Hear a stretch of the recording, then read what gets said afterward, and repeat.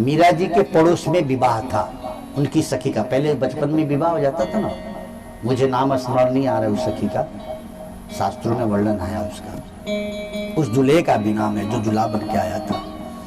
तो उनके बगल में विवाह था उन्हीं की सखी का। पहले तो बचपन में विवाह, क्योंकि राजा की बेटी थी जिनको तो कौन करेगा ब्याह, छोटी बिरादरी के लोग वो जमाने थे बचपन में कर देते थे। तो पड़ोस में इनके बारात आई।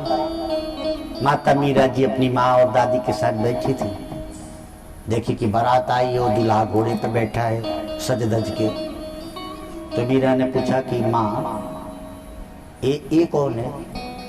तो बोले एक वो जिसके साथ तू सुबह खेल रही थी ना, वो तेरी सखी, उसी का दूल्हा है। मीरा ने कहा तो मेरा दूल्हा कहाँ है? तो बोले ये तेरा दूल्हा नहीं है, ये उसका दूल्हा है। तो बोले मेरा दूल्हा भी तो होना चाहिए। बोले हाँ तेरा दूल्हा तो होगा, लेकिन अभी कहाँ है मुझे पता नहीं, ये तेरा दूल्हा नहीं है। बोले नहीं मेरा भी दूल्हा होना चाहिए। जब मेरी सखी के दो आंख हैं, मेरे पास भी दो आंख है। मेरी सखी की एक नाक है, मेरे पास भी है। तो मेरी सखी का दूल्हा है तो मेरा दूल्हा का है। अब वो बच्ची जिद करने लगी, 6-7 साल की 8 साल की थी उनकी उम्र। तो माँ ने पल्ला छुड़ाने के लिए कहा कि तेरा पति तो कान्हा जी हैं, गोपाल जी की पूजा होती है ना, वो तेरे पति है। अब बेटी तो बेटी, जाके देखी रात भर विवाह कैसे हुआ और दुल्हन कैसे बनी थी, साड़ी वाड़ी पहन के कैसे सिंदूर पहनी। उसने पूरे विवाह को बढ़िया से देखा। और दूसरे दिन सुबह जब माँ ने देखा मीरा को तो माँ परेशान। मीरा सिंदूर उंदूर लगा के दुल्हन बन के माँ के सामने खड़ी। मीरा की माँ ने कहा ये क्या कर दिया तूने? बोले विवाह। अरे विवाह ऐसे होता है? बोले हाँ मैंने रात को देखा था। तो किससे किया तूने विवाह? तूने तो कहा था मेरा दूल्हा है कान्हा। सोचो बचपन में अनजाने में मीरा ने अपने को कृष्ण को सौंप दिया। तो उदा बिचारी उनकी ननद सारा जोर लगा के थक गई। पति सब कुछ करके थक गया, लेकिन मीरा के हृदय से कन्हैया निकल नहीं सके। और मीरा कहती हैं ऐसे वर को क्या वरूं जो जन्मे और मर जाए। मैं तो वरूं गिरधर गोपाल को मेरो चूड़ अमर हो जाए। बचपन में ही मीरा ने गोविंद को अपना मान लिया।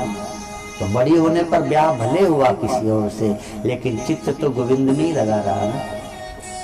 इसीलिए अपने बेटे बेटी को कितने महंगे स्कूल में पढ़ाते हो, महंगा कपड़ा पहना, तो ये महत्वपूर्ण नहीं है।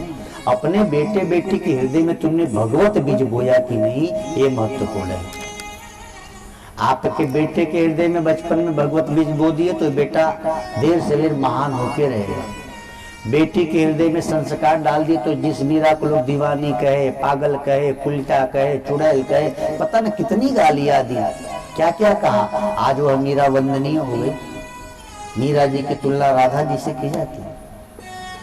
तो इन छोटी छोटी कथाओं से आपको हमको ये सीख लेनी है कि सबसे बड़ा बात यह है, सबसे बड़ा कार्य है कि हम अपने बच्चे बच्चियों को बचपन से भगवत रंग में रंगे। यहाँ फिल्मी रंग में रंगते हैं, नाम भी फिल्मी रख लेते हैं।